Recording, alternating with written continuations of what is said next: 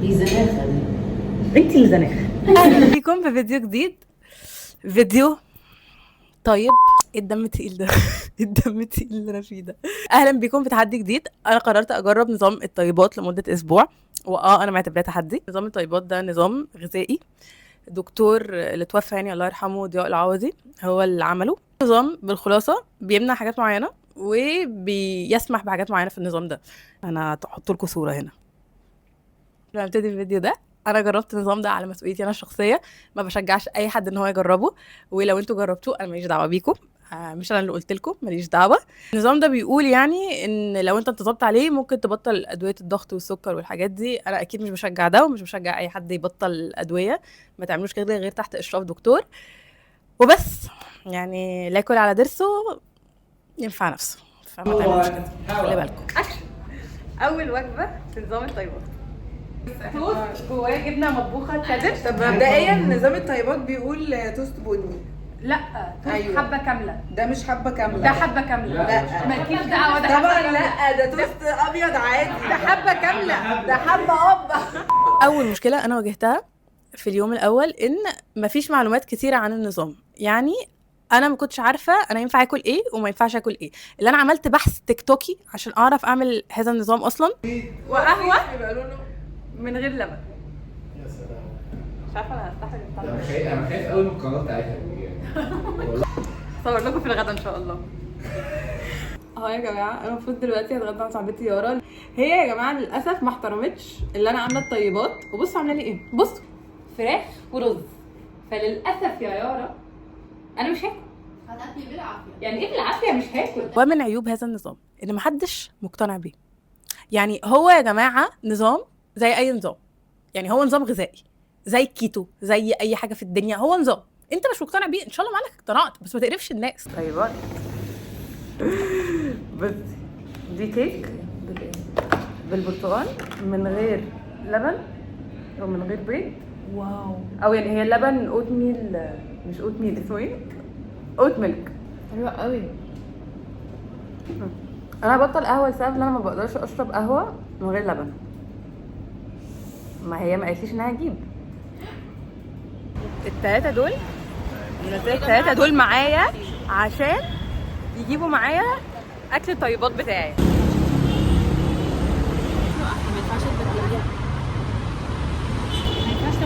معظم الحاجه ورقيات مش هنعرف ناكلها. هو ما اللي في الكيس ده. مشكله تانية انا واجهتها ان مفيش سناك اوبشنز يعني كتير في هذا النظام. بمعنى يعني هو مثلا سامح لنا بالشيبسي، بس انا ما بحبش الشيبسي، انا بحب المعجنات، وهو منعنا من المعجنات.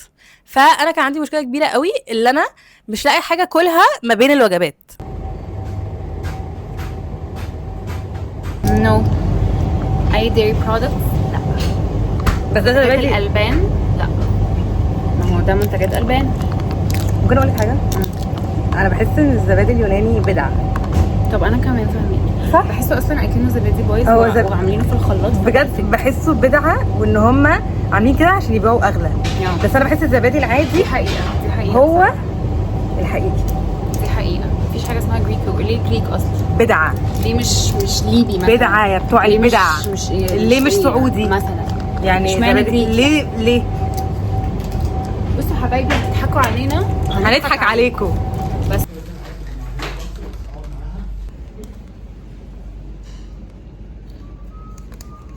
طيب موت. هو اصلا سناك طيب جدا فعلا. ابلع بس. ايه يا مايا ده؟ طب واحده كمان، واحده كمان. استغفر الله يا رب. استغفر الله. بقى انذار للطيبات. لا فشل ذريع. ليه ده سناك طيبات؟ انا هقول لكم مبدئيا اصلا هم كاتبين عليه اتس نوت فرايد، مع ان دي حاجه مش فارقه بس حاجه كويسه عامه يعني. معمول بقى من ايه؟ من الكورن عادي. كورن اللي هو الذره. ومعمول من الفول السوداني والزيت النباتي والملح. مفيهوش دقيق، مفيهوش لاكتوز، مفيهوش اي حاجه.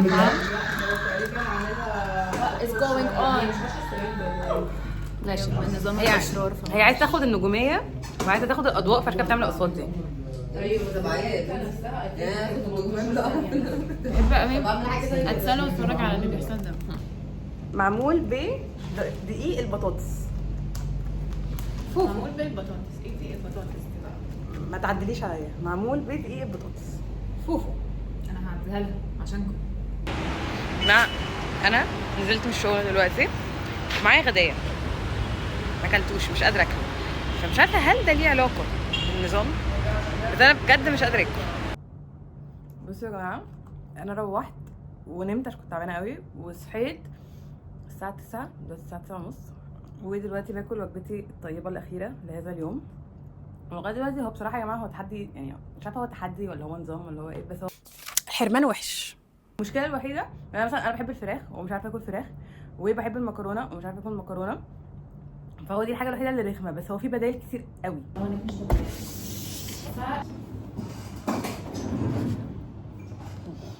صباح الخيرات.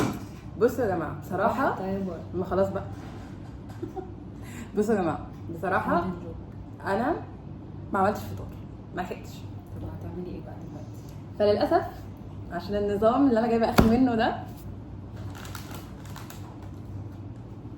لا ده مش صحي بقى. هنفطر. لا ايه ده؟ ما هو النظام كله بايظ. لا بس هتفطر. هنفطر بقايا بقايا كمان. يعني لو في واحدتين اصلا. ما هنعمل ايه؟ انا بدات اكل. فده فطارنا هي عامله النهارده. نظام الطيبات، فهي بقى ده فطارنا النهارده. عامله ايه؟ انا عايزه اقول لك النظام عليه اثاره جدل غير مبرره، يعني الناس يا اما شايفين اللي ده احلى نظام في الدنيا، يا اما شايفين اللي ده اوحش حاجه في الدنيا، واستغفر الله العظيم يا رب مش عايزين نسمعه اصلا. يعني ممكن تعمل لك ده في البيت هي تعملي بكره والله العظيم. ولا تعملي بكره؟ عيب جدا، انا بعلن انسحابي من ماما. المبادئ وانا مش هطلع حاجه ضد المبادئ. يا جماعه انا مامتي ما بقتش بتجيب توست لان مقتنعه ان هو متلون في السوبر ماركتس، اوكي، فهي بتعمله في البيت اللي هو البراون توست ده بالحبه الكامله. انت اللي هتعملي لك بتاع ده نظام الزفت ده، ايه اللي انت بتقوليه ده؟ وليه كل واحد عايز يقول رايه؟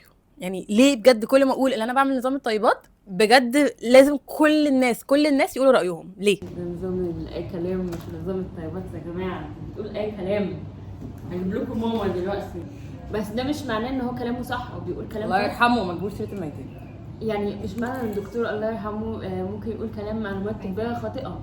مامتي بقى برضه مقتنعه ان هو تم قتله علشان فيديو عشان الساعه 3 وانا حاسه بصداع قوي، وحاسه ان انا نايمانه قوي، وبرده امبارح كنت نايمانه جدا. فهل ده ليه علاقه بالطيبات؟ حتى وشي تعبان.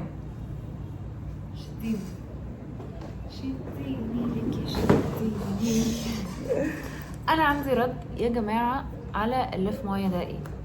انا عندي نفس الحاجه، بالعكس انا مفوقه جدا، انا كويسه جدا، انا مبسوطه وبطني احسن بتزيني؟ كتير. ولا انا هقول لكم ليه بقى. صراحة علشان بتزيني. مايا تقريبا خايفه تاكل، هي ما بتاكلش، يعني هي بجد بتاكل حاجات بسيطه جدا في اليوم which is not مش صح، يعني دي مش حاجه صح. هو ما قالكيش ما تاكليش، قالك تاكلي حاجات معينه. ماشي، ما هو انا مش لاقي حاجات معينه دي موجوده. طب ما هو انا بحب البيض، حبيبتي. هو بيمنعني من البيض. مم. انا بحب العيش البلدي، هو في منعني عيش مش بلدي البلدي. حبه كامله دي اللي هو ايه، اجيب منين عيش موجود بلدي؟ في اي فرن على فكره. اقول له بجد حبه موجود. كامله. عادي. صعب قوي ان حد ياكل من بره، يعني لو انت ما عملتش اكلك في البيت انت هتتسوح. تاكلي. طب انا اتغدى ايه دلوقتي؟ انا اطلب غدا ايه؟ انت ممكن تاكلي حاجه فيها لحمه ورز مثلا. ما انا اكلت كفتة امبارح ورز. لحمه ورز، مش عايزه اكل لحمه ورز. سمك. اطلب سمك من ايه انا دلوقتي؟ هاتي. لا ما هو دي صعبه برضه. ما هو بصراحه الاكل من بره بيبقى صعب ما جدا. هو مفيش اكل من بره. طيب بصراحه انا نفسي في فرخه، فاهماكي. نفسي في فرخه بالجبنه. طب ما تاكلي تونه بالعيش الحبه الكامله. انا لو سمعت حبه كامله دي تاني اسفه. هزعلك. خلاص اسفه مش عارفه المعامله. عارفه فيديو ايه؟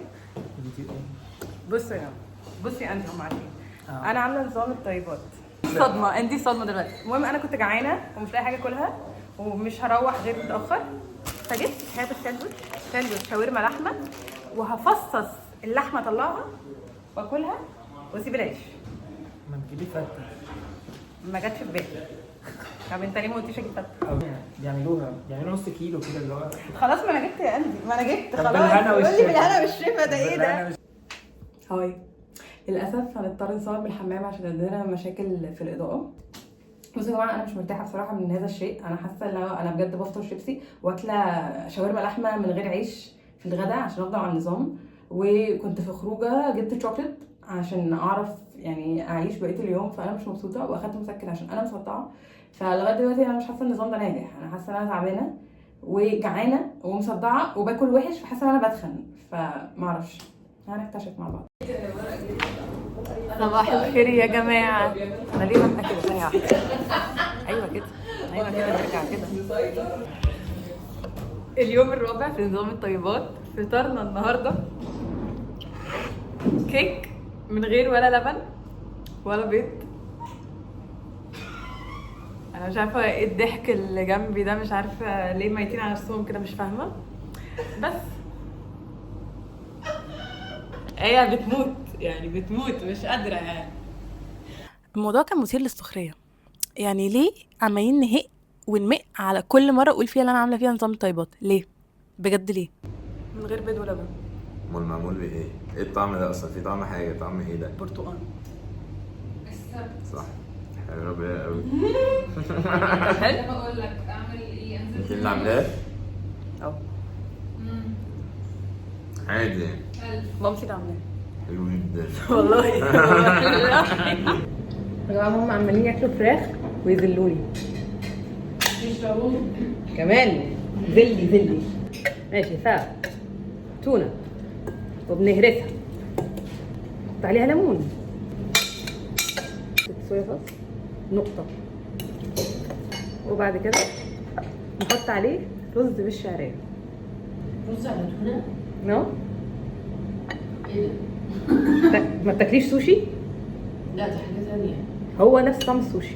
دي زناخه دي. انت اللي زناخ. يا جماعه هو بجد انا طول الوقت بعمل كده يعني. سيبكم من موضوع الطيبات ده، هو بجد انا طول الوقت باكله كده. انا مش حبيبتي ربنا يخليكي. على قلبك. بيقولوا عليها اللي هو ستوكي دايت. خلاصي. قولنا في الكومنتات ما والله دي غريبه ولا لا؟ ما هي بجد اكله عاديه جدا وحلوه قوي. بصوا يا جماعه، احنا مش عارفه اليوم الرابع تقريبا، وبرده انا مصدعه. وامبارح انا خدت مسكن قوي قوي قبل ما انام عشان اعرف انام، ودلوقتي انا برده مصدعه. فانا ما اعرفش ايه علاقه الموضوع بنظام الطيبات، بس انا كده بجد انا بقيت تقريبا 3 ايام بصدع من لا شيء، من لا شيء بالظبط. انا مش فاهمه في ايه. انا بجد ما اعرفش ليه علاقه بنظام الطيبات ولا انا محتاجه اروح اكشف يعني. بس انا بجد كنت بصدع بطريقه مرعبه يعني. اليوم الخامس بكل صراحه، وده الفطار اللي انا فطرته. يا رب اعرف احطها في الاديت يعني. عمال اعمل الفيديو كله كده اصلا. فانا رايي الشخصي سنس ان ده اخر يوم في الطيبات يعني، حاجات بتتقال عن النظام اللي هو بيقلل التوتر. ما حسيتش انا توتري قل يعني، ما حسيتش باي حاجه. انا حسيت هو نظام اكل زي اي نظام، ما حسيتش باي حاجه جديده. بس لو انتوا عندكم اراء مختلفه او شايفين ان انا كنت بعمل حاجه غلط في النظام قولوا لي في كومنتس. بس انا بجد مش شايفه ان في اي حاجه اتغيرت في الدنيا. هو انا بس كان في اكل مسموح لي واكل كان ممنوع اللي انا اكله، وده كانت حاجه معصباني واللي انا كنت بصدع. بس غير كده مفيش اي حاجه اتغيرت.